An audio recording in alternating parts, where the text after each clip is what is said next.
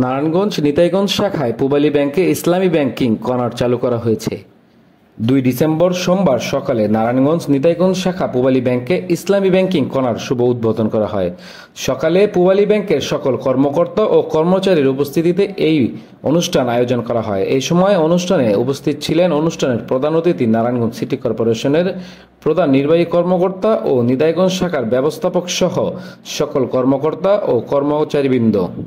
আপনাদের যারা আমাদের পূবালী ব্যাংকের গ্রাহক আছেন, সম্মানিত গ্রাহক, তাদের যে সকল বন্ধু বান্ধব, আত্মীয় স্বজন অন্য ইসলামী ব্যাংকিং আছেন, যারা স্ট্রাগল করতেছেন, ব্যবসায়ের টাকা ওইখানে আনলে টাকা তুলতে পারেন না, তারা এখানে ইচ্ছা করলে অ্যাকাউন্ট খুলে সেই লেনদেনটা করতে পারবেন। শাখাটি চালু হয়েছে, তার মানে হচ্ছে নিতাইগঞ্জের গ্রাহকদের সাথে, ব্যবসায়ী এবং গ্রাহকবৃন্দের সাথে আমাদের সম্পর্কটা স্বাধীনতা পূর্ব থেকেই চলে আসছে। এটা সফল হবেন এবং দেশের মানুষও এটার মাধ্যমে ভালো সেবা পাবেন।